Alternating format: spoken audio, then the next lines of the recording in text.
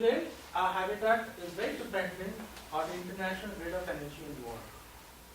For example, a lot of energy that your country gets and a lot of water that your country has, if it is supplying it to Bolivia in terms of energy and water, Bolivia is dependent on Peru's energy and water.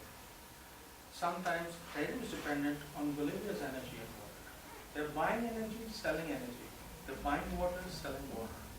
So there is a cooperation between countries, especially in a certain group, where the exchange of energy and the exchange of water is very important. Because sometimes there could be a major drought in your country, but in your neighboring country, water is freely accessible. So we need to buy water from them to be able to take care of our drought. So we are dependent on each other's environments. See, with the mudslides that you all had in Machu Picchu, it affected,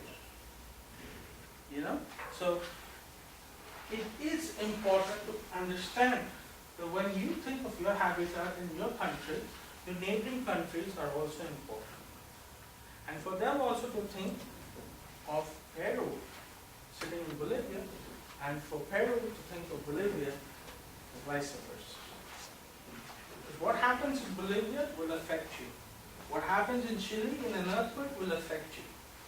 What happens in Brazil and the Amazon will affect you. Same way what happens in Peru will affect Brazil and will affect the other countries.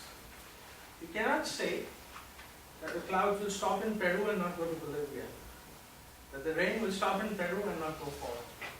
Certain cities as a dynamic and ever-evolving ecosystem can help us to formulate strategies for a sustainable urban future. When you live in cities, do you think 5 generations from now, your children will be living in Lima the same way like you live? No. Do you think the Incas, when they lived in this country, they lived differently than you live? Do you think they ever thought that life would change like this in Cusco? Right? But it did. So you have to understand that the dynamics of a city depend on the ecosystem around that city. And as that ecosystem keeps changing, the dynamics of that city change. You take away all the forests in Machu Picchu area, and you see what it does to the environment, and you see how it affects people and the life. This is the world's tallest building, built in Dubai, Burj Khalifa. It's 828 meters and it has 160 floors. In the middle of a desert. You have a desert in your country. In the middle of a desert, why did you build such a big building, the world's tallest building? 160 floors. Can you believe that? How many floors is in this building, young man? In this building? Yeah. 16? Okay, do you have a lift? Do you have an elevator? How long does it take you to go up 16 floors? 2 minutes. 2 minutes? Alright. What if I told you that you went to this building and from ground floor to 160th floor? How long do you think that elevator takes to go up? Tell me. 10 minutes? 5? Anyone else? 4? 60 seconds, 160 floors. 60 seconds from ground floor to the 160th floor. 60 seconds. You see how habitat has changed and technology has changed? When you build a city moving upwards, you got to, when you think vertically, you got to provide everything from it vertically. The other thing that influences you is transportation. So let me tell you a little bit about transportation. What do you think is transportation? Lady?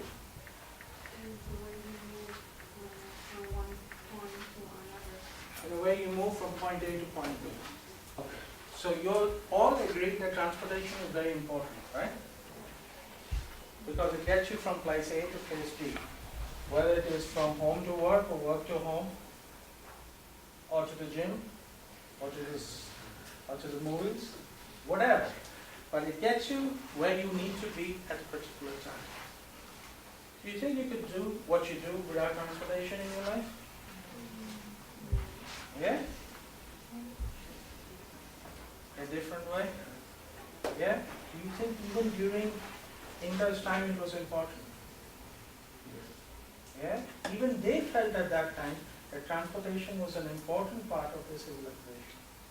And they also needed to bring that into their system of planning. Do you all agree? And do you think 20 years or 50 years from now it's going to be important out here? Transportation, do you think it's going to be important? Okay. Alright. Yes, that's right. Transportation is taking goods and people and services from point A to point B. But at the same time, it's an essential part of your day-to-day life that influences you. Transportation is absolutely important because it has an economic impact. Transport is a key necessity for specialization, allowing production and consumption of products to occur at different locations. If transportation is not efficient, can you think that milk will never reach the city in time? Milk is no value if it doesn't reach in time. Same way, rice, wheat, flour, maize, if they don't reach your kitchen in time, it's of no value. Fruit, it's of no value. So transportation is extremely important. Poor guys in Machu Picchu have to wait for the train to go all the way up to get the stuff up. Right? If that train doesn't reach there in time, they're never going to get that stuff. And if they don't get it in time, the tourists are not going to be happy. Right? So it has an economic impact. Meaning, if there are delays in transportation, it impacts. Money gets involved. Transportation has throughout history been a spur to expansion. Better transport allows more trade and a greater spread of people. The more roads you have, the more connectivity you have, the better it is to communicate. People in rural cities around Peru and people in urban cities, they are only connected through that road. That road brings life to the village and brings the problems of the village to the town and takes the problems of the town to the village. It all happens because of the road. If the city is not connected to the village by road, there is no way that you will really understand what's happening in rural Peru. And neither will the guys in rural Peru understand what's happening in urban Peru. So it's absolutely important that as the country increases the roadways, transportation increases, trade increases, in turn it has a positive economic impact on the civilization. For you to be rich in Lima, the farmer in Cusco has to be rich. If the farmer in Cusco is not rich, you can't be rich in Lima. You're connected to him in agriculture.